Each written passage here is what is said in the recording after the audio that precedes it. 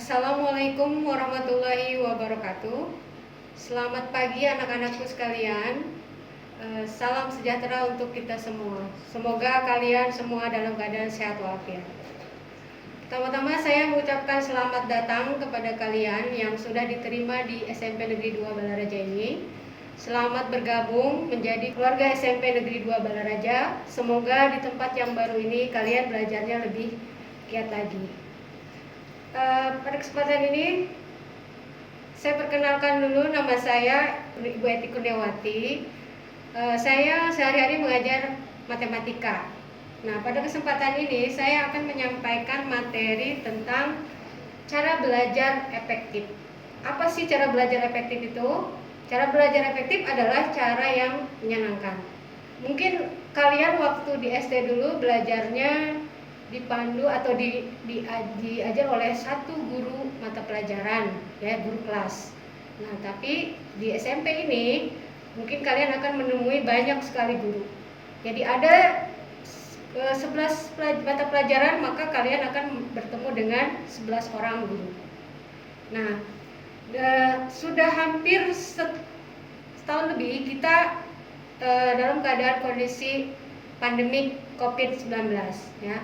Oleh karena itu, bagaimana cara kalian untuk belajar di rumah? Karena selama ini kita melakukan pembelajaran secara daring. Nah, ada beberapa hal yang harus kalian perhatikan mungkin ketika belajar di rumah. Pertama yang harus kalian persiapkan, ya, alat atau sarana yang akan digunakan untuk pembelajaran tersebut. Yaitu baik ada handphone dan kuotanya juga, ya. Dengan adanya sarana tersebut, yang perlu harus kalian persiapkan juga adalah bagaimana kalian menyiapkan diri untuk belajar secara daring. Sebenarnya hampir sama saja ketika kalian bertatap muka, ya.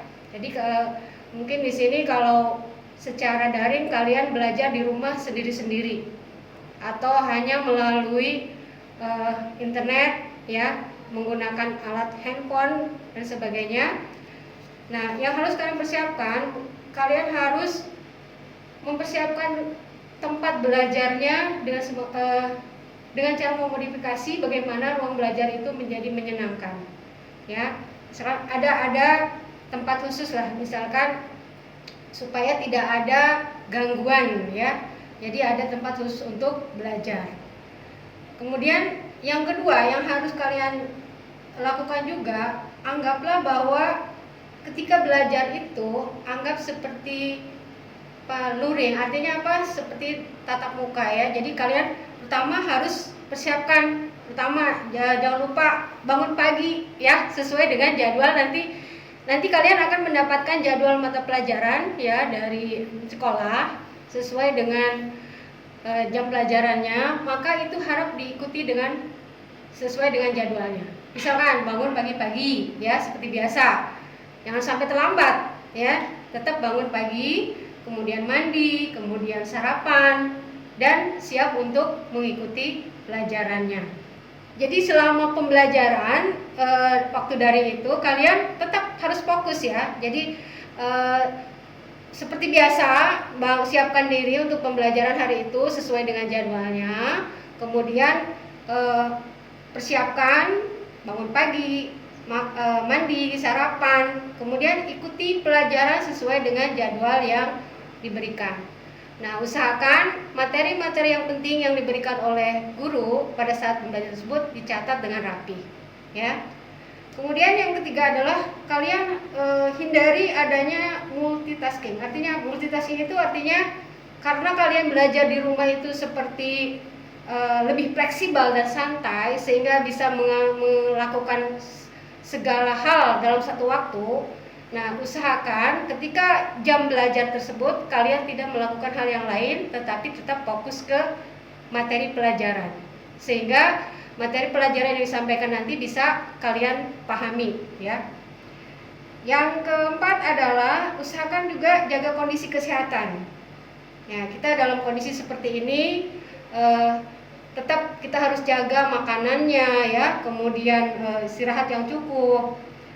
Kalau perlu, ya, ketika belajar itu kita juga sambil peregangan lah, rileks gitu ya, jangan terlalu tegang ya. Jadi tadi kan kalau di rumah itu lebih santai, maka kalian bisa melakukan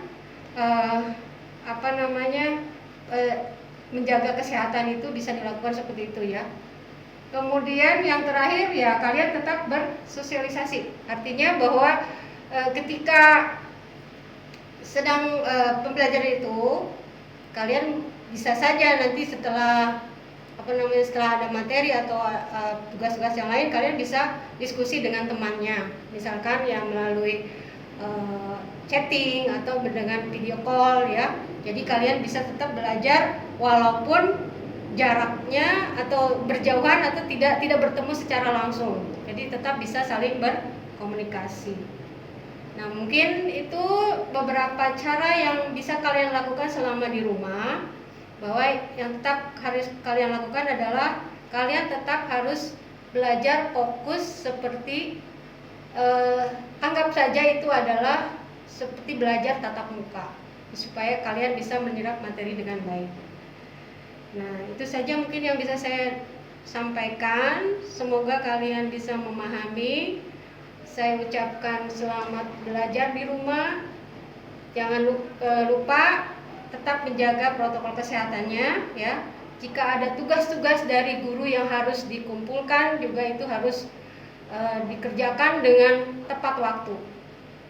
Demikian, terima kasih. Wassalamualaikum warahmatullahi wabarakatuh.